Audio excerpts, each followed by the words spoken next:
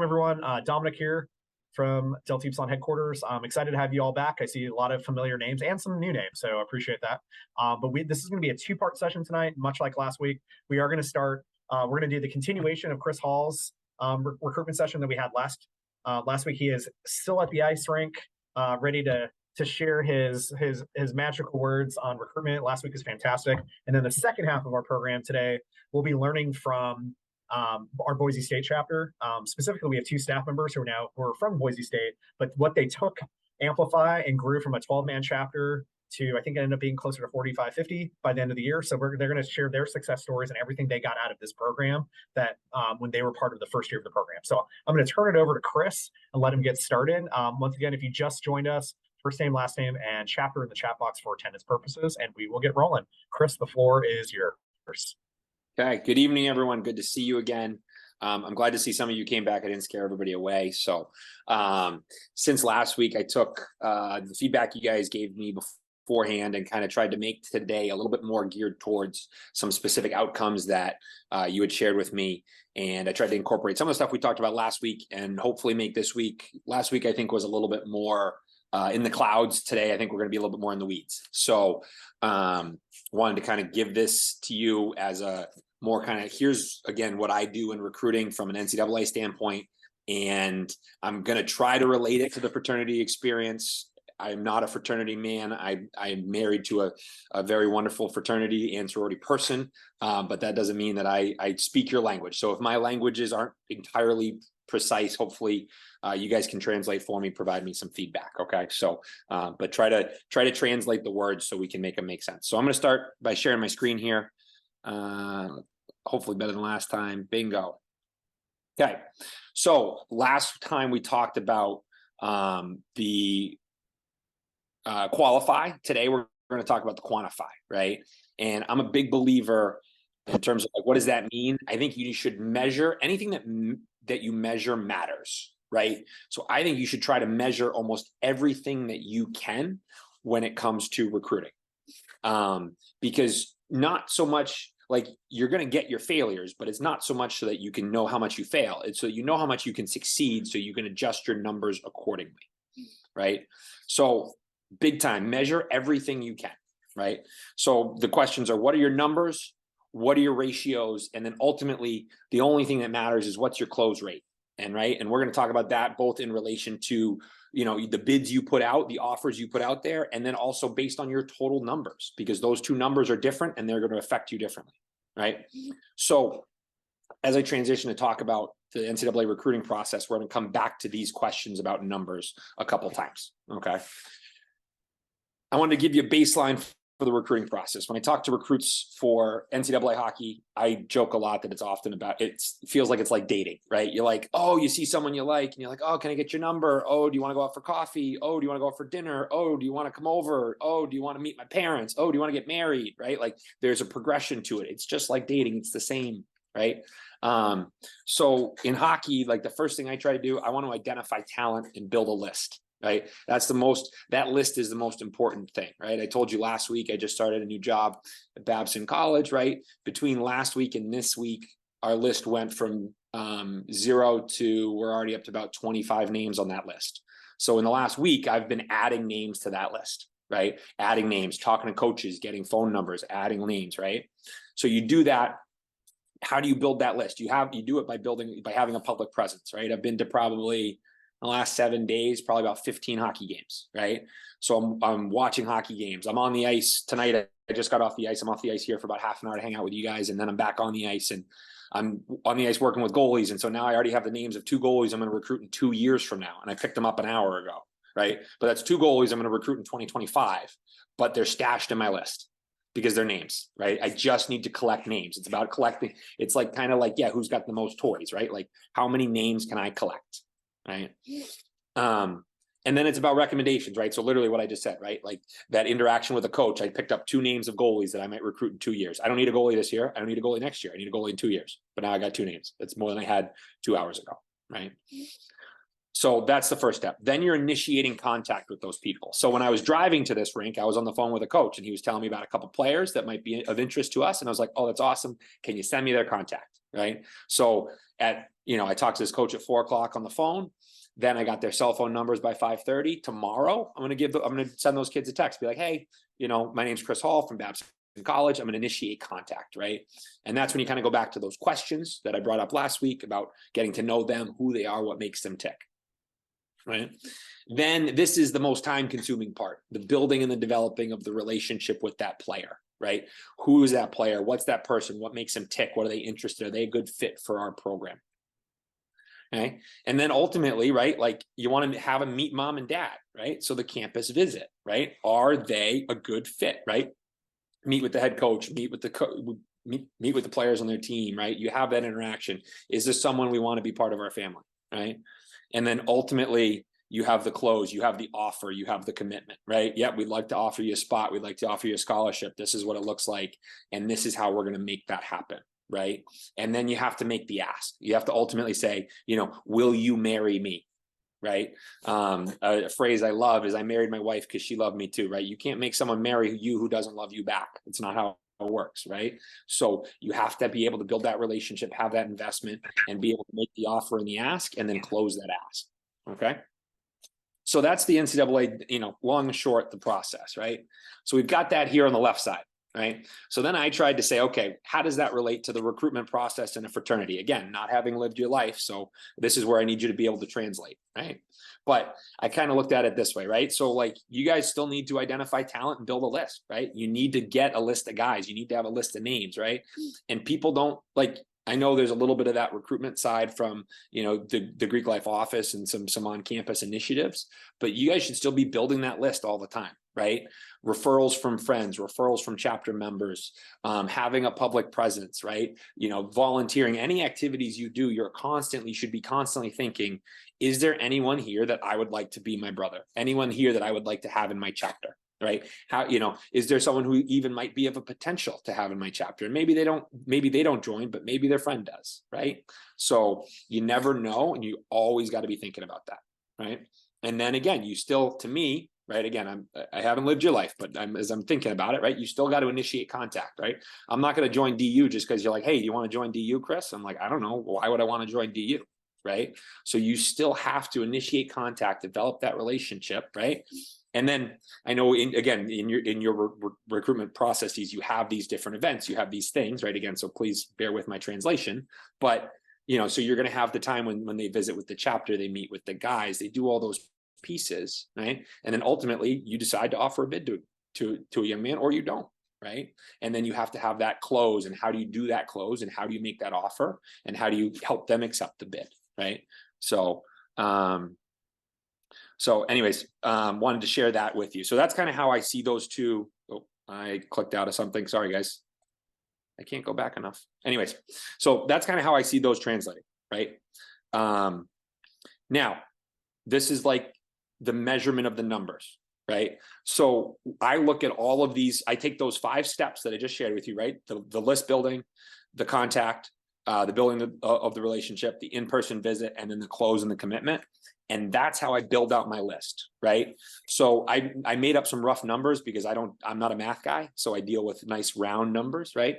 But like, let's say that of that list that I built out this weekend, right? Not every single one of those kids is going to be a kid we recruit, right? Those are kids that I'm interested in. I want to see again. I want to learn more about. Maybe they're not interested in us, right? That doesn't matter. I just need to have a long list, right? So you can see I have the success rate number here. I have a number start and a number end, right? So when I look at this, I'm going to try to draw a little bit here. So when I look at these, I have 2 numbers here. Right. So when I look at this 100% number, that's like where this number is. Right. So if 100% of the kids that I identify as potential targets for my program, if I end up recruiting all of those kids, then this second number is 100%. Right. But that's not how it works. So I estimated 40%. Right. So if I look at 50 players, I'm going to end up actually recruiting 20 of those players. Right. So hopefully that makes sense in terms of how I did the numbers. Then I have to reach out to those people and contact them, right? So like if I reach out to 100, if I reach out to all 20, right? So where I started there is 20%, right? And I talk to all 20, because you usually have first contact. Usually first contact is pretty standard and pretty routine. So you usually, at least in my experience, right? Usually first contact is pretty successful, right? But if that number, let's say I don't, so I started at 20, I end at 20. But of those 20 that I talk to, only 15 really want to talk to me more, right? And if that's the case, well, you see, as you can see here, my success rate goes down to 75%, right? So I got to know, okay, if I'm going to talk to 20, I'm going to have 15 kids that are interested, right? But of those 15 that are interested, only 8 ultimately want to visit. So even my success rate from 15 to 8 is still only 50%, right? So I'm losing, you can see here at every step of the way, I'm losing numbers, right? And then, then it's, okay, of those 8 that I say, hey, do you want to visit my campus? 8 of them, only 4 say yes, right? But then of the 4 who come to visit, 3 of them ultimately commit and choose my college, right? So I'm constantly looking at what's our hit rate? How successful are we at each step of the way on this funnel, right? Because ultimately, and I'm not a good person at math, but 3 out of 50, right? My ultimate success rate for my recruiting list, right? So if we start at that list, the top of that master list, right? 3 out of 50 is only 6%. Right? So my overall hit rate on number of players I have to recruit to get a commitment is 6%. Right? So I have to know that if I need 3 players. Okay, I got to recruit 50, right? But maybe my hit rate is higher. Maybe it's 10%, right? So then if I need 5 players, I got to recruit 50, right? But either way, I need to start here. How many players do I need? And then work this way, because that'll tell me how many players I need to recruit, right? And to me, if you guys are in a chapter, right, you guys are trying to grow your base, you're trying to grow your numbers, you know how many you need to bring in. So you got to start there and work your way backwards. How many did we get last year? How many did we offer? How many came to this party, this event, this this bonding thing, this community service thing, right? And then work backwards and say, okay, of those people that came to these things, how many committed, how many came, how many accepted a bid, how many accepted an offer, right? So that's how you work those metrics, because this tells me I need 3, right? So I got to recruit 50. Does that make sense to everybody? Does anybody have any questions on that? If you do, just throw it in the chat, and I'm trying to keep tabs on. It's a little challenging here, but okay, let's see if I can go to the next screen. So I gave you a blank sheet here, right? I'm not going to ask you to fill it out, but you want to use last year's data, use previous years to create that funnel, right? And then maybe there's more data points that you and your chapter decide, hey, this is important for us, or this is another thing that we can use, that we can measure. But if you measure those metrics and work backwards, the process explains itself, and you don't really have to think, oh, we got to do this, this, and this. No, okay, I have to do these 6 things, and these are our hit rates. So this is what we need to do. This is how many people we need to offer to get, or whatever. Right? But use historical data. So here's a blank slide that you can use if you want to kind of take this down. Okay. So that's the metrics piece. So now I wanted to kind of share with you some general, more kind of broader base, when I read your responses in the questionnaire, some broader advice, some broader experiences that might be helpful for you guys to take back to your chapters, take into your experiences in recruiting, that might help you. I wanted to share just ideas that I've thought about, etc. But the biggest thing to start with is this idea of code red, right? So when I recruit, I think about code red, and what that means, pretty simple: recruit every day. Every day. There's 365 days a year. I got to recruit every day, because if I don't recruit, I die, right? Ultimately, I coach because I love to compete. I love the games, right? And I love to win, right? My ability to be a successful coach, it has, as I kind of mentioned last time, has nothing to do with my ability to coach. It has everything to do with my ability to recruit. So I have to recruit every damn day. And if I recruit every day, I'm going to be more successful. And that's the bottom line. And if I don't, I'm going to lose. And that's how it goes. So I'm going to recruit every day. So I try to do at least one, what that means is one recruiting action every day. Right? And when you do that, right, I mean, literally everything counts. So every action that you could possibly do, right, that you're representing your brand. I talked to you last week about how you're going to have an impression of Babson no matter what happens, right? I'm wearing stop at goaltending stuff tonight because I'm doing goalie stuff, but right, you're going to have another impression of me no matter what. So I am representing myself. I'm representing Babson. What do you want to be known for, right? You recruit every day, right? So you want to do something every day that moves it forward, whether it's building your list, planning an event, creating a social media post, whatever that is, but something in as best you can, something every day. Now, does that mean in the off season, in the middle of June, maybe you're doing something every day? Maybe not, right? But if you have that mindset during the heavy recruiting seasons, literally when you're on campus, right? When I'm on campus and we're in season, it is recruit every single day, right? In June, okay, maybe I take a little bit of a break because, kids are in the summer and that's fine. But by the time we get back to August, it is recruit every day. It is recruit every day, recruit every day, recruit every day. Right. So, so I always try to do something, whether it's personal outreach and I kind of ranked these from highest importance to least importance, right? The most impactful recruiting thing I can do is one-on-one personal outreach to a player. That is the most impactful single thing I could do, right? Dominic, would you like to join Babson Hockey? Right? Bingo. There's your most important, right? That's your most personal, impactful recruiting action. That's followed by a recruitment event, right? So whether I go to a game or I'm at a rink, I'm talking to a coach, right? For you guys, it's a recruitment event on campus, right? It's anything like that, a chapter event of the philanthropy event, whatever that may be, right?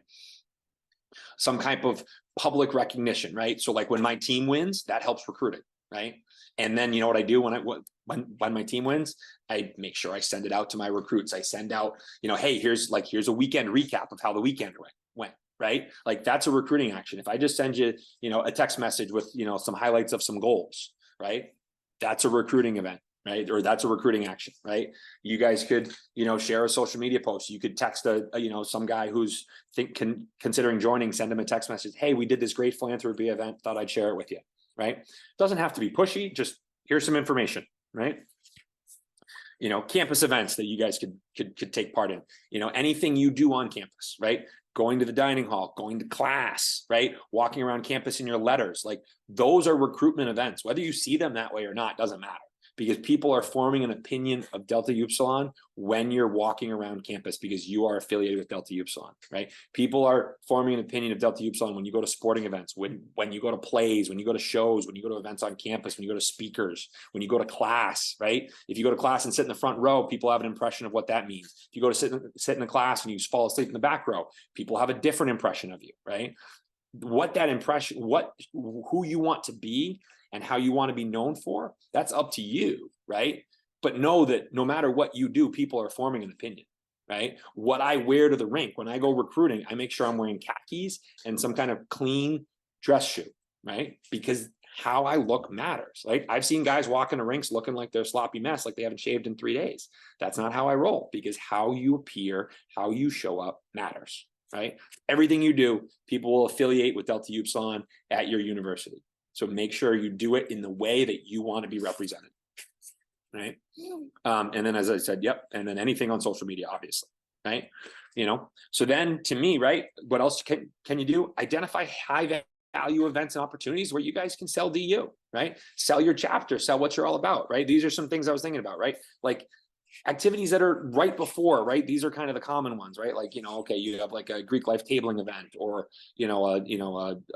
a fraternity, meet the fraternities night or whatever, right? Like those are kind of the obvious ones, right?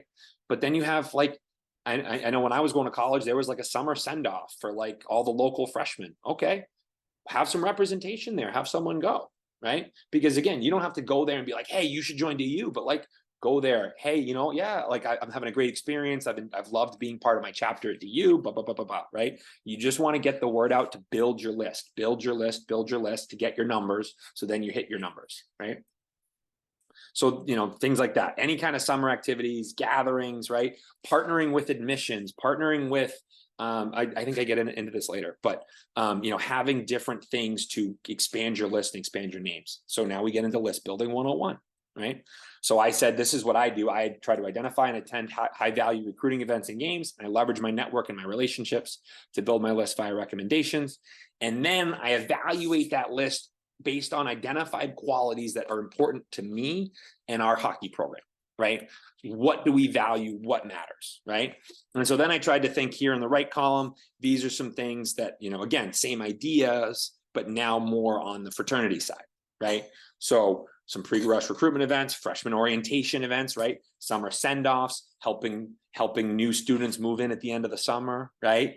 Partnering with admissions and campus life, like I talked about, volunteer, right? Just any way that you can get yourself and your chapter in front of more people all the time.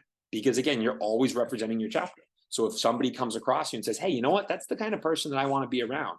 Well, there you go. There's a potential new member, right? And you know what? If someone goes, you know what? That's the kind of person that I don't really want to be around. Well, to be honest with you, you just made your list shorter, and it's easier because now you don't have to waste your time recruiting someone who doesn't want to join your chapter, right? Because hearing no is a big part of sales and recruiting, and hearing no is sometimes the best word I can hear as a recruiter, because now I don't have to recruit that person anymore, right? And I can focus my efforts and energy on the people that want to join my organization, right? So then I talked about leveraging your network, right? The thing that I do, right? I talk to coaches, I talk to other players, right? You guys can do the same thing across campus, right? Friends of friends, right? People in other clubs and organizations, people in your classes, all of those things, right? And then I think you guys should still do what I do, which is evaluate your list based on your identified qualities, right? What do you want in a brother, right? You shared with me some of the things about why you love DU and why you love your brothers. Well, like, you have to select the next ones that are going to carry that tradition on, because, and pardon my French, but if you guys, if you guys recruit assholes, well, then you're going to have a bunch of assholes in your chapter, right? And like, you know what, as a coach, if I recruit if I want a team that's a bunch of really caring, conscientious, socially organized people, then I have to recruit those people. And if I want a bunch of guys who are assholes, then I got to recruit a bunch of assholes, right? But no matter whatever you look for, you will attract, right? So make sure you're evaluating that list based on those qualities, right? And I kind of touched on this last time, but I wanted to get into a little bit more detail with it today, right? I sorted out into hard skills and soft skills, right? So those hard skills: compete, hockey sense, and skating. That's what we evaluate and I watch, right, them on the ice. The soft skills: the love of hockey, their ability to communicate, their energy and enthusiasm. That's what we get from the interpersonal interactions, the conversations, the meetings, the phone calls, the texting, right? So both are equally important. And in fact, I'll tell you what, if we're looking at player A, right, and let's say, I'm struggling to draw here. Let's try this again, okay? Player A has, that's not what I want to do. Sorry, guys. I'm a little rusty on Zoom here. Player A has all of these hard skills, right? Checks this box, checks this box, checks this box, right? But then player B, or put player B in blue, player B has all of these soft skills, 1, 2, 3, and one of the hard skills, but A only has the hard skills. I'm taking player B every day of the week, right? If player B has 3 and 2, I'm definitely taking player B, right? Now, if player B, if A has 3 and 2 of these, right, I might take player A. But these soft skills are way more important than the hard skills to me as a coach, because those soft skills are ultimately, that's the person I'm going to work with every day. And a person, to me, with those higher level soft skills is going to be far more successful in my organization than just a good hockey player, right? Because now it's more about the human than it is about the hockey player. Okay. So have those in mind, right? Come up with some hard skills, some soft skills, right? Maybe you want kids with 4.0s. Maybe you only want kids with 2.0s. I don't know that you can, but anyways, just as an example, right? Identify some hard skills that you want in your chapter, identify those soft skills that you want in your chapter, and then evaluate your list based on those skills. I got to click back in here. Okay. Then how do you identify those traits? And we talked about the questions, right? Asking better questions. What answer are you looking to get? Start with the answer. What do you want to learn? And then formulate a question based on the answer. What are you trying to learn? Formulate a question based on the answer. Okay. Now we get into kind of these, final, as I kind of wrap up here, recruiting tips and tricks, right? So we talked about it. Recruiting is selling, right? You're always selling. You got to recruit every day, right? But you got to sell your DU experience, right? And if you sell your DU experience and you're authentic about it, people are going to want to join your chapter. These are word for word from your chat last week. Found a close group of friends that I was always hanging out with and never knew they were in DU until they told me. It's not like the other frats on campus. I feel included in that I belong. On other frats, I did not. Positive experience with a deep love for others and brotherhood. The friendship and connections I made during Rush and with non-hazing, right? Who wouldn't want to join that chapter or these chapters? I would join any of these, right? Sell that. Sell what you do. Talk about, and when I say sell, I just mean talk about it. Talk about it. Share your experience, because people are going to want to join that. That's what people want to join, right? And then moving forward from that, understand that when you're selling and you're recruiting, like, you will fail. You will strike out. You will miss, right? But if you expect to fail and plan accordingly, you're going to be just fine, right? Understand that, you know what, no's are good, because now you're not recruiting someone who's not a good fit. And now you can spend your effort and time on someone who wants to be there, right? And, you know, turn that, you know, understand that no is, that's fine. If you know that, you plan accordingly, failure is going to happen. No problem. Move forward, right? Know that you're going to fail and be okay with it. Adjust your mindset, right? And then the other piece to that point, if you don't ask, the answer is no, right? If I never ask you to play for Babson Hockey, you'll never play for Babson Hockey, right?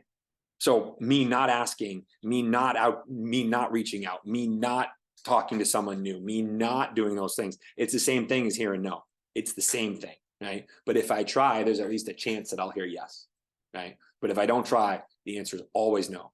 So you got to try. You got to stick yourself out there. You got to put yourself out there. You got to know you're going to fail, embrace the suck, embrace the failure, and move forward, because it's part of the gig, right? Okay, now to wrap up my closing tips and tricks, right?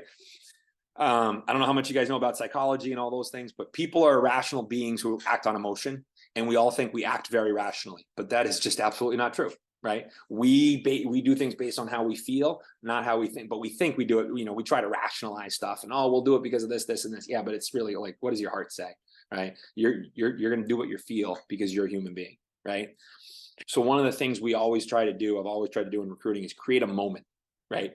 Create a special moment that generates emotion and a connection, especially when you're on campus, especially when you're closing, right? Because those moments matter. Those moments are going to be what people remember, right? So whether it's, you know, picture this, like you're on a visit, you walk into a locker room, the lights are dim, there's the jersey with your number hanging on it in the corner, and we play a highlight video, and you see a big win, and you're like, and we want you in this locker room being part of the next big win for our hockey program, right? Something like that. Create a moment, right? Someone says, you know, they're really interested in, you know, like building a great alumni connection and furthering their relationships that way. Well, if you're having an alumni who's around campus, like, have them bump into each other on accident, right? You pre-program it, be like, hey, John, can you meet us at the campus center at 11 o'clock? And then you're just walking around with the guy. Oh, hey, John, I didn't know you were here today, right?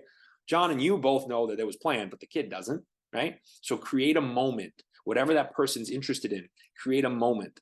The moments matter, because the moments are what's going to get the commitment. The moments are what's going to get them to accept the bid, not the rational thinking, right? Because we're not rational. We act on emotion. Okay. I'm also a big believer in telling people why you love them, right? Why they're a good fit for you, right? Everyone loves to hear how great they are, right? Hey, I think you'd be a great fit for a hockey program. You can do a lot of really good things. You work your butt off on the ice. You're a great human being off the ice. You're a great member of the community. And those are the types of people that we look for here at Babson. I would love to have you as part of our hockey program, right? Look people in the eye, tell them why you love them, right? Because that's super, super important, because everyone loves to hear that, right? Tell them why they fit you. Tell them why they should be part of your program, right? Why they should be part of your chapter. Okay. And finally, like, make the ask, right? You know, as I said before, if you don't ask, you don't know. So make that ask, right? Make the ask. Do what you know, have that, hey, this is who we are. We'd love to have you as part of our program. Will you accept our bid to join DU, right?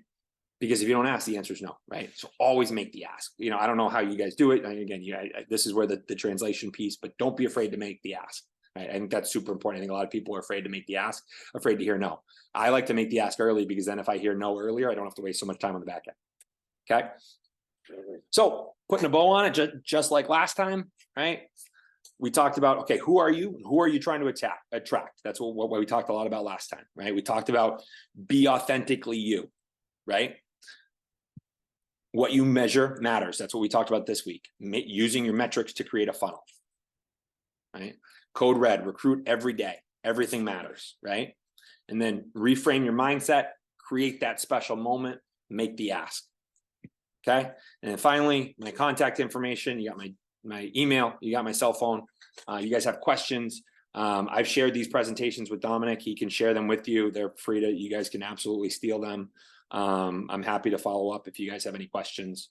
But that's kind of what I brought for you guys today. Hopefully some of that's a little bit more applicable to kind of your experiences. And again, please pardon my translations, but I think that I've used this kind of process everywhere I've been. I worked at now 4 different colleges. Like, it works, man. You got to just be who you are, sell who you are, talk about who you are, measure what you're trying to accomplish, do it every day. And then don't be afraid to hear no, because that's part of the deal. So that's what I got for you guys. That was a lot. Hopefully you guys are still there. So feel free to fire away for any questions. I got about another minute or 2 before I got to run. So any questions for Chris? If you're thinking of any, I also just want some props for Coach Hall, for Chris, for helping us out, for doing 2 parts of recruitment training for us and translating everything you've learned in collegiate recruiting, and how many crossovers there are and how many it's parallel things we need to do, right? So I think it's super important lessons that we all need to know. Chris mentioned I do have copies of the slides. This presentation is also getting recorded again as well. So you can go back and watch the recording, but you can also go back and teach your chapter a lot of these things as well. So let's give some props to Chris. Thank you. I appreciate you. I know you have to go back on the ice. Yep. So yeah. Guys, thanks for having me. Good luck. And I think you guys will crush it. This seems like a great thing. I wish I had somebody to teach me this stuff when I started, because I just had to learn on my own. So, good luck. And I know there's a lot to love about DU, because I've done a lot. I have a lot of affiliation with DU now, and I really enjoy it. So you guys have a lot to sell. So good luck. Perfect. Thank you, Chris. Yep. Have a good night, guys. Perfect. All right. So let's move on to part 2. We're just going to roll right along. If you have not put your name, chapter in the chat box, that's how we're doing attendance. So I know some of you who joined a little bit late. So looking at you, Chris Gomez, I'm just picking on you, Chris, just because it's fun. But if you could put your name and chapter for attendance purposes, if you have not done so, please do so now. So we're going to turn right over. We are going to turn it over to our friends from the great state of Idaho. Well, actually, they're from Southern California. They just went to school in Idaho. But they're going to share with us about their lesson. So if you rewind a couple years ago when we created this Amplify program, it was really meant, coming off of COVID, is how can we best support chapters in the recruitment process? Like, not only for formal recruitment purposes, but really how do we create a game plan for the entire year? And we were able to, Boise is one of those chapters that really took all this information and just ran with it. So I will let Russell share his screen and get started, but we will do part 2 right now, like I said, and we'll get going. So I will let Russell and Tommy introduce themselves, and then they can get started. Floor is yours. Thank you, Dominic. So my name is Russell. I am a leadership consultant for Delta Upsilon headquarters. What doesn't feel like too long ago, I was the vice president of recruitment and then chapter president of the Boise State chapter. So shout out Waylon, go Broncos. And I'm Tommy. I am also a leadership consultant. Also went to Boise State. Also served on exec. I served as the vice president of external relations during that year that Russell was vice president of recruitment. But we did have a little battle out for that recruitment spot during voting. So yeah. So like Dominic said earlier, we went into fall of 2021 with a 13-man chapter. Ended up being able to recruit 30 new guys that semester, and then another 10 or 12 that next semester. So, like you said, ending up with that 45, 50 number. Lot of things went into it. And so we're just going to kind of run through like what really all went into it from a before recruitment, during recruitment, and after recruitment in order to have like the success that we did. So part 1 is pre-recruitment, all the planning and preparation that went into it. So the first thing, honestly, this slide is probably some of the most important stuff that led to our success, in my opinion, and I think Tommy would agree. We had a lot of seniors graduate the semester before, and because of like low recruiting numbers through COVID, that's why we ended up in the spot we were in. But before those seniors graduated, we had a big meeting, like the last chapter that they were at, just about where we want to see the chapter go, so that the exec board could kind of plan accordingly in what we do. And that was big for me because I wanted to make sure that I was like holding true to the guys that recruited me and what they wanted to see for the chapter. So taking their like those seniors' opinions into consideration, and also like everyone sticking around just to kind of have like one vision of where we're going from here. So then after the summer, after Amplify, we all got together to kind of kick off recruitment. And we did a big recruitment workshop. And it was like an all-day event for these guys. We get them lunch. But it was really like my time and my recruitment committee's time to take all the things that we learned and I'd learned at Amplify, LI, RLA. And like we knew it pretty well, but this was our chance to tell the chapter and teach the chapter what we learned and how it applied to our chapter. So we did like a complete run through of every event that we had planned, taking suggestions. And that was just really good to kind of get all the guys excited for recruitment, because it should be fun. It should be fun for the chapter, it should be fun for PNMs, probably a little stressful for leadership, but yeah, I got everyone excited. Everyone was stoked for what was going to happen in the next couple weeks. And this picture on the right is a picture of one of our brothers, Clay, doing telling and selling your DU story. So I made everyone in the chapter kind of go around and talk about why they chose to join DU, which is really good because chances are that the people you meet are going to have some of those same reasons for joining. Yeah, something else that we worked on was our campus presence and involvement. Coming off of COVID, where we weren't really allowed to do much on campus, this was pretty huge, especially since a lot of the fraternities didn't necessarily have a stigma, or nobody knew much about them yet because we weren't allowed to do a lot of stuff for a year. And we wanted to be the first fraternity that all these incoming freshmen and incoming transfer students saw. So some of the stuff that we did was freshman move-in day. That was a really big one on our campus. Not sure how it is on other campuses, but basically what we do is we all wear letters. It's also a great opportunity to get community service hours, by the way. But yeah, we just go to the dorms, help freshmen move in, just do all the small talk stuff, get to know them a little bit, where they're from. A big part of that is also getting their contact information there, because they're freshmen, they just moved in. They're not going to know anybody there, so you're the first person they're going to know. And if you get their contact information reaching out, they're going to recognize you as somebody that likes them, or as somebody that likes them, and they're going to reciprocate that and probably make it a little easier to recruit. We did some kind of welcome events, hosting and participating. During that freshman move-in day, we got people's contact info, and we had a little event out in the park where we were just listening to music, playing football, throwing a frisbee around, and got a lot of participation because they didn't know what else they were going to do. You know, like I just said, they just moved in. With also participating in campus events, a fun thing that is known to Boise State that keeps getting bigger every year is the annual Undie Run. It's every Wednesday, the first Wednesday of every school year, and we showed a large presence at that. And I will say that year I was the one in charge of running it and the account and everything, so it made it a little easier. But yeah, showing presence there, it kind of showed that we were involved on campus as well, whether it was silly or not, and was putting our name out there to, you know, get it stuck in people's mind and get people interested in rushing us. Wearing letters everywhere is also a requirement. I feel like in the past we hadn't done that as much, and then we said we're going to start doing this so everybody knows who we are. That way, when people hear Delta Upsilon, they're not just hearing, "Oh, I didn't know what that fraternity. I didn't know that was a fraternity on campus." We want to make sure we were well known. Yeah. Okay, so another big thing being VP of recruitment was having just a strong recruitment committee.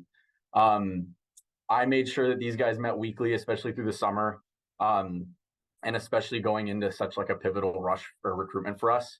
I wanted to make sure that once a week, everyone was sitting down with like at least an hour that was just like making way on our plan. So come the beginning of the semester, we were prepared. We weren't scrambling. We had time to plan out and time to accommodate for any unforeseen circumstances. So we met weekly over Zoom. Honestly, it was a good time, like just to connect with your brothers, even if it's business, over the summer. It's not something that usually a lot of the guys get to do. So these are my go-to guys. I knew that I could count on them. They were reliable. And honestly, as VP of recruitment, if you have a recruitment committee, don't be afraid to just toss people out that aren't hitting that mark. We went through a couple cycles where people just weren't showing up to meetings, not contributing anything. And I was like, I don't want to waste my numbers and my time trying to track down these people that aren't passionate about recruitment, that don't want to be here. It's not like there is a requirement to be here. These should be guys that want to recruit and want to see the chapter do well. Another thing was just delegation. If like I could trust these guys with doing anything. So I ended up having each of them in charge of one event during recruitment week. So while I was still in the background, like making sure that everything happened, it took a lot of load off my shoulders to be able to say, hey, Trevor, you're in charge of Delta Combine, right? And he did all that planning and looked to me when I needed, or when he needed some extra just help or guidance.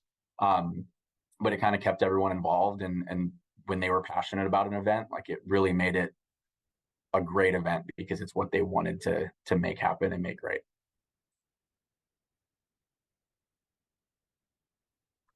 Social media, I gotta say, is probably one of the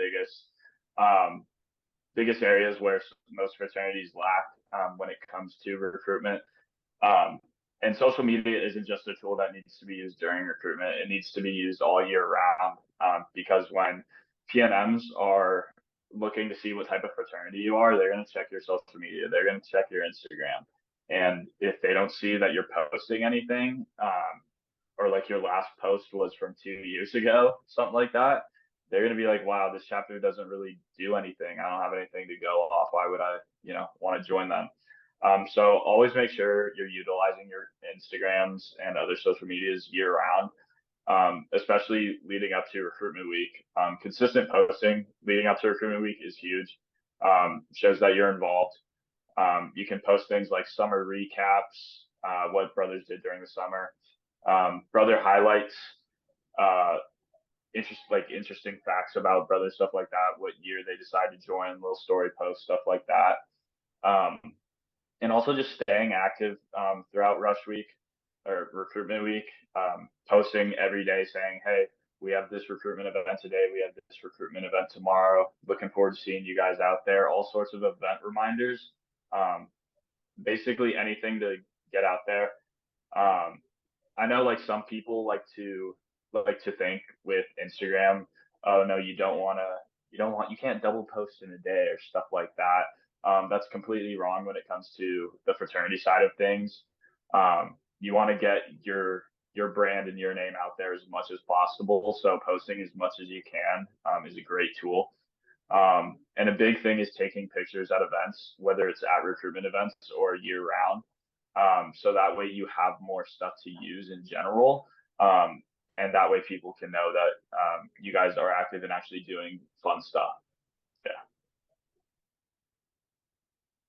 Something else that we did a lot was utilizing resources, which I now see is like a pretty general title for this slide, but it's mainly like just connections that we had. We partnered with the president of ATO before, I think sometime in the summer, and he just gave us some good input on like how our recruitment slideshow was, and just gave us some general tips. Like they had seen a good growth when they first came to campus, and so he wanted to help share that. We had good connections with him. Generally speaking, like other organizations, like we're all in it together. They're gonna want to help, especially when I know there's like this competitive nature of recruitment week, but generally speaking, like each chapter is looking for something a little bit different when it comes to what kind of guys they're recruiting. So there usually isn't this, usually people want to help because they want to see other chapters succeed. They want to see Greek life succeed. Another that is like, might seem obvious, but meeting with FSL staff, I think that can go underutilized from a chapter perspective. They have a lot of good insight and they're always willing to help and always there. You just got to reach out and schedule a meeting with them, whether that's the whole exec board or just the VP recruitment, whatever it looks like. They have a lot of good information because they see it every semester. They've seen it for years. And then obviously DU staff and volunteers, you guys all have your recruitment coaches. From Amplify, I think, at least me, I think we're working on some group chats with everyone per recruitment coach, just to kind of share some feedback and advice and answer questions and brainstorm together. That's a really good tool just to make sure you're reaching out, because there's a lot of people that want to help and they're just waiting for that opportunity to help. So a little bit about marketing, kind of goes along with the social media as well. But like Russell stated earlier, we kind of had that chapter talk about the direction of the chapter and how we wanted everybody to view us. So marketing is a huge part of that. You know, how are we going to get these guys to view us how we want them to when we haven't been doing that in the past? So a big one for us was our recruitment video. Going out, scheduling days where we were able to film stuff to make a kick-ass recruitment video that showed everybody that the things that we wanted them to notice about us, like we doing intramural sports and stuff like that. Putting a recruitment and event schedule.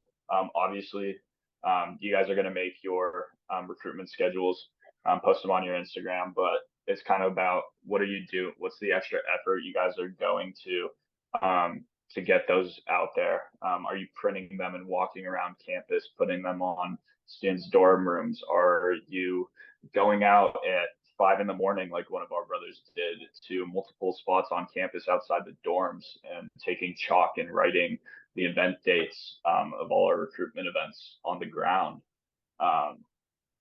You know, what's the extra mile you guys are going to do that? And also presentation. This is something for us that we use during our Meet the Chapters event, which is something normal every year for Boise State. Not sure what it looks like at your guys' universities, but basically everybody walks around and to each chapter in a different room, and we get to give them a little presentation. So making sure the presentation is something that is engaging to them, you know, making sure we have lots of pictures showing what we're about instead of just using words that they're having to read. You know, they want to see what's going on. They don't want to hear you tell them what's going on. So, yeah. All right. So part 2, recruitment. This comes to like actually during the week or 2 weeks, whatever it looks like on your campus. For us, it was the week, but like the actual event. So first and foremost, appealing events. You want to host events that people want to come to, and that's what we did. Don't be afraid to change and don't stick to events that aren't working. The two left pictures are some, what is it? One is spring of 2020 and the other one's from before that. And the right side is our fall 21 rush flyer. There were a lot of good events on these two, on the left ones, but some of them, like the way we marketed our chicken cornhole, like the chapter leadership before us really like was pushing that a lot, thinking that kind of didn't get the turnout and recognition that it deserved. End of the day, at a certain point, we were like, okay, maybe something's not right with this. So we ended up just saying, you know, cornhole in the quad, and it turned out to be a lot better when it just comes to the engagement of and people seeing this and wanting to come out. Another thing was blankets for the dogs and canned food drive. Those are things that we wanted to incorporate to do service events during recruitment week. But at the end of the day, like if someone's looking at our flyer and saying like, oh, okay, Thursday I could go to blankets for the dogs, or I could go to a barbecue that Teak's doing, like realistically, what are they going to choose? And so the way that we tackled that was we ended up incorporating our service event as a cleanup on a hike that we did, and just marketed it as a hike. And it had a lot better turnout. And in turn, our invite only event was something that people wanted to go to, that they would probably choose over another event from another fraternity, because it was a really good event. So don't be afraid to change, and don't continue to put effort into things that just aren't working. At a certain point, you have to kind of cut those losses. Making sure that the events you're planning are good reflections of the chapter. This kind of will also turn into like the retention. Like if the events are during recruitment week are awesome, but then it's really no reflection of what the chapter does regularly, then it's kind of a bait and switch on these guys. And you might recruit a lot, but you're going to end up having them leave the chapter before initiation or after initiation. And this also helps with just that aspect of members enjoying what they're doing. So another thing we did was like competitions. So our cornhole tournament, you could win some BSU merch, like just keeping it engaging, giving people more reasons to come out. Basically, Week of Brotherhood events. Yep. If it's stuff people want to go to, members will have a good time, and that'll reflect to the PNMs. And going back to just being thoroughly planned out, like make sure everyone knows their role, make sure all your bases are covered, like who's bringing what, who's giving rides, and just that everyone knows what they're responsible for. So events continued. Spaces and scheduling, there is a lot in there's a lot in like locations of events. So if you're planning ahead, you're going to be able to get first picks on those locations. So you're able to submit your reservations in advance. That's what we did. Popular high traffic areas. We had a cornhole tournament in the quad, like when people were walking between classes. And so even if they weren't at the event, they were walking by and seeing us do stuff. So it was kind of a double whammy. We did a Delta Combine event, which was like NFL Combine style, but for a recruitment event, and we used a turf field. I don't think it's something that usually fraternities think about using, but it added such an element of like officialness to the event that we did, and I think like really improved the time that people had, simply because we made it more official by doing it on a turf practice field. And another thing, we kind of got lucky with this, I'll admit. When we released our schedule, it happened to be around all the other fraternities events, so people they didn't really ever have to choose. But if you have a group chat of all the fraternity presidents, or if your president does, send your schedule out and kind of set that tone of people planning around each other, and see if you can plan around them. Ask them what their schedule's like. Keeping a variety in your events. So some events are going to be focused on just people showing up and putting their name down. That was like our Delta Combine event. Other events are going to be in settings where it's a lot easier to get to know these guys that are coming out to your events. So we did a college football watch party, and it's just a bunch of guys eating food, watching football games, and there's a lot more opportunities for conversations there. So keeping that kind of variety, and also just in what you're doing, goes a long way. Organization is another big one. So every PNM that showed up to one of our events, we took a picture of. We added their name to the picture, so we could match a face to a name. Everyone logged their attendance when they showed up an event. They got their name, phone number, so we could see how many new people, and how many people were like repeat attendees. And then after each event and before each next event, we would text them and say like, hey, we had a great time talking to you, or like hanging out with you today. We're doing, so-and-so next event tomorrow. We'd love to see you there.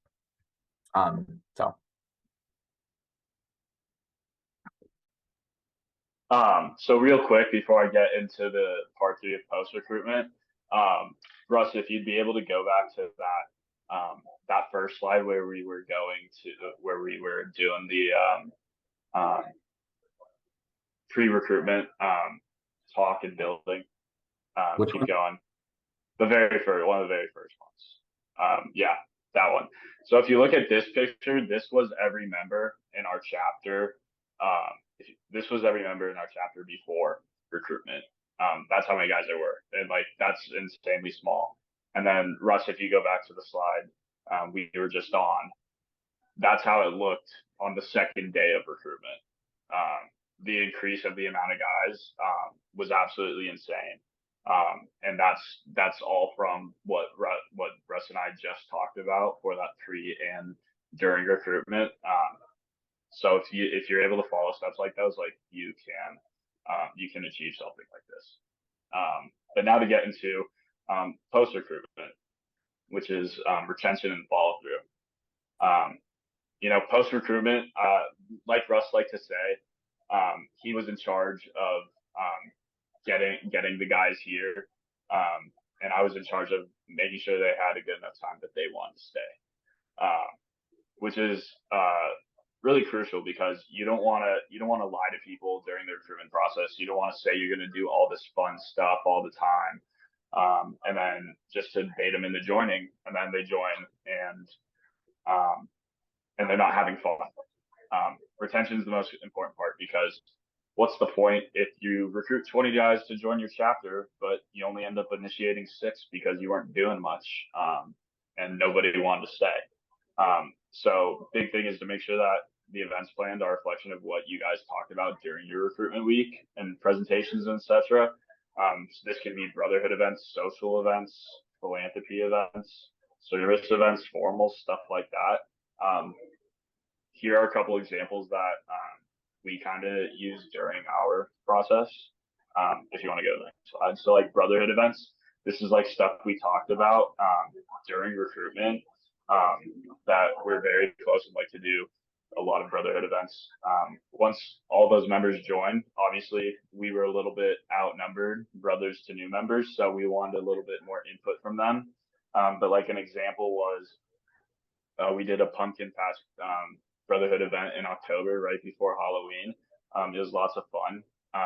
A couple of the DU brothers were in the corral, which was the people in charge of the student section. So we basically had a DU section at the football game right at the front row because we had guys there, and it made it such a much more fun experience at those football games. Social events. So for example, like this picture was our homecoming pairing with Phi Mu.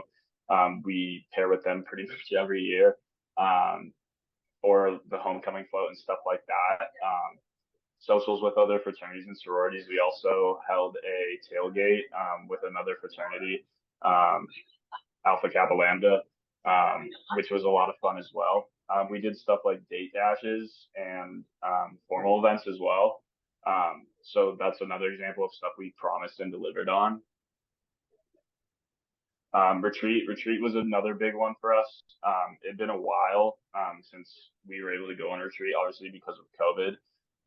So we talked a lot during recruitment how we wanted to go back and have a big retreat. That was a lot of fun. And it ended up being one of the highlights of the semester. It was a really great experience. And yeah, so next slide. Intramural sports. I think this one was like a huge one for us.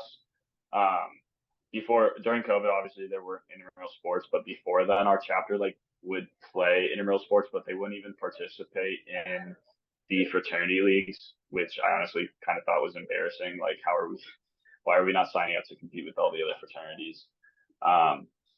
So getting us involved that way was a great way to keep the competitive aspect in IFC. And it's a great team building with the guys.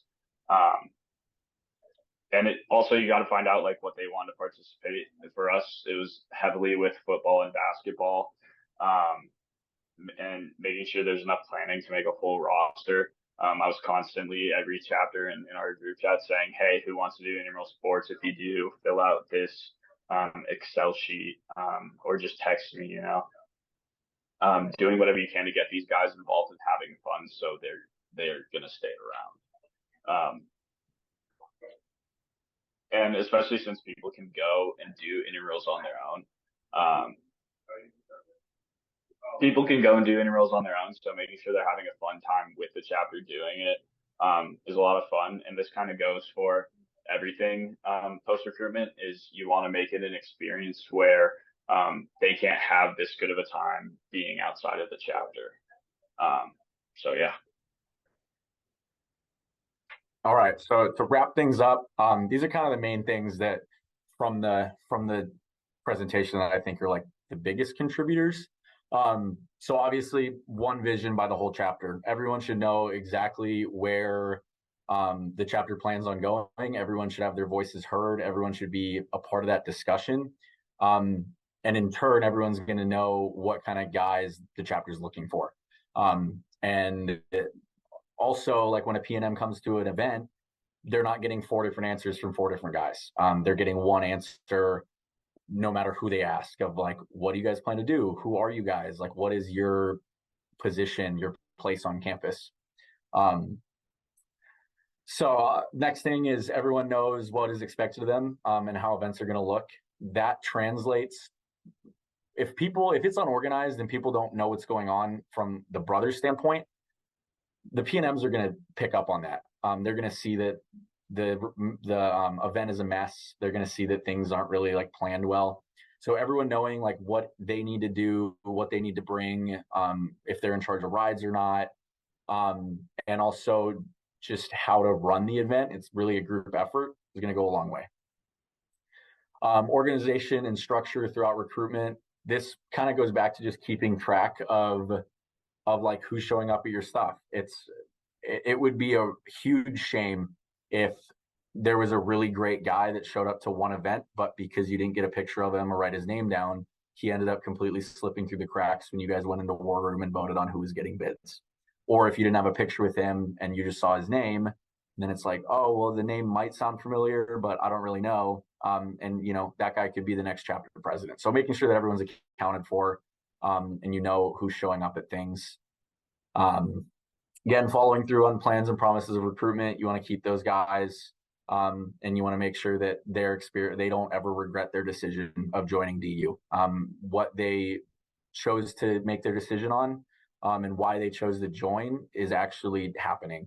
And they're actually getting out of that what they expected to. And finally, probably sounds kind of cliche, but just have a good time and make sure that your guys are having a good time. The PNMs, again, are going to pick up on that. If everyone's stressed and everyone's just like, oh, I don't want to be here, like the PNMs are going to be like, well, then why should I come to anything that you do? Why are your brotherhood events and your retreats and your formals and socials going to be any different if everyone's just dragging their feet around waiting for the event to end so they can go home? So make it fun for everyone. Make the event something that the chapter wants to do and would want to do as a brotherhood event.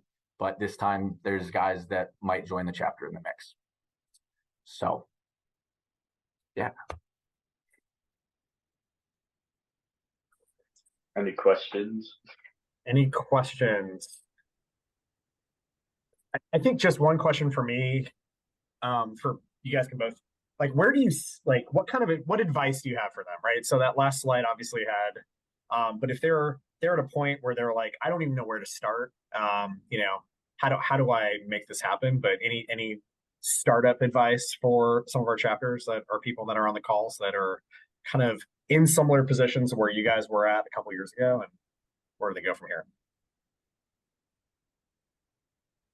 I mean, my one piece of advice would be, well, I guess 2 pieces of advice. Make sure you have, like Russ said, one vision as a chapter. I think that's the best starting point. Once you figure out what you want to be perceived as by your community and how you guys want to express yourselves, that way, once you figure that part out, what your vision is, then it's going to be a little easier for you guys to say, okay, if this is how we want to be, then these are the guys that we want to recruit. How are we going to get these guys to recruit, or how are we going to be able to recruit these guys? We got to plan these events because these events are going to attract these guys. So I think it really starts there. Yeah, I agree. Depending on the size of your chapter, if you're a smaller chapter, another thing to start with is just get the whole chapter involved in recruitment and the recruitment planning, like right away. Tell them why recruitment's important. Pull the other people work their butts off to recruit you. So the least you could do is, work your ass off to recruit some new guys, and get your chapter back on track, or continue the momentum you have, whatever position you're in. And then also just have like updates for the chapter. Make sure they know what you're doing. So instead of coming to recruitment and everyone just thinks you're bossing them around, they've been in the process since the beginning. They know what you're planning. They know what you're doing. They know where you're coming from. No, absolutely. Yeah. We've talked about it before, a couple weeks ago, talked about roles, but really, and then Ashley really nailed it last week talking about brand, right? So y'all, know who you are, who are you selling to, as Chris talked about, right? So all of these sessions kind of working together in like one big puzzle piece. But I appreciate that. I'm going to drop your emails in the chat box. I think a lot of you might have individual questions. Obviously, Russell and Tommy are both recruitment coaches, so but any of us are obviously available to answer any of your questions or be of any kind of assistance. So definitely please reach out. I will also say that as we're wrapping up, this is the last session of Amplify. If there are specific needs, or you think that we should have covered, what we've done in the past is done like a mid-semester check-in in like late October for Amplify, if there's specific things that you think would be helpful. So you feel free to send me an email or put something in the chat box if you have any specific feedback or things that we could improve on the program. Every year we tweak this program, so we want to make sure that we're best meeting your needs, because I think we realize that a lot of your chapters have similar issues, but specifically because of campus culture, how recruitment's done, and all those very specific nuances, that you might have a very specific need that is very specific to your institution, right? So we just want to make sure that we're meeting your needs, and that we are assisting you guys in every possible way, because we want you to succeed. So I will be in touch with some follow-up items for all of you with recruitment goals and any other information. But I just wanted to thank all of you for joining us for Amplify. It's been great. Russell and Tommy, thank you. I know you work for us. I will do a little plug too. You saw that Russell and Tommy were very involved in the recruitment process and turned around their chapter, and now they work for us. So the little plug is, you too can be a recruitment chair and come work for us. I also was part of my recruitment team. I was chapter president, and I came to work for the fraternity. I did Russell and Tommy's job, 85 years ago. So excited to be here, but it's also a sales pitch for some of you. I could call some of you out on this call because I know some of you have been very involved in the recruitment process, but definitely think about, we will definitely be recruiting people coming up pretty soon, late fall, to be able to start hiring people for next year. So if you're a graduating senior, or of good graduating seniors, just please send them our way. So anything else, Russell and Tommy? Any other thoughts? Just last thing I'll leave you guys with, like, be confident in who you guys are and who your chapter is. Goes a long way. I promise you that whatever your chapter culture is, there's a market for that at your campus. Don't worry about what other chapters do, what other chapters think. Like, you guys are you, own it. Yeah, and go recruit some guys that also own it. Perfect. Yeah, just have fun, and also make sure you're staying consistent. I know sometimes after sessions like these, like sometimes people get really fired up for recruitment, but that fire only, lasts a little bit. I always say consistency is greater than motivation, because motivation just comes in cycles. But as long as you're consistent, you're going to do good things. So yeah. Absolutely. And we do have the ability to Zoom into a chapter meeting and or an exec meeting or recruitment meeting if you need some of the things we've talked about in these programs, or if you have very specific needs, we can tailor a program for your chapter as well. So I'm using Wichita for an example. I know a recruitment chair from Wichita is on the call, but a couple years ago, I did a specific hour and a half, 2-hour program that I Zoomed into their chapter meeting, and then they were able to do interactive activities together. And I was really just there to kind of ask them questions and kind of guide the conversation. So we are available to help with anything. So please let us know. Thank you again. If you have not put your first name, last name, and chapter in the chat box, please do so. If not, thank you again. And we will be in touch soon with some follow-up items from this call. That is it. Thank you again for being here, part of Amplify this year.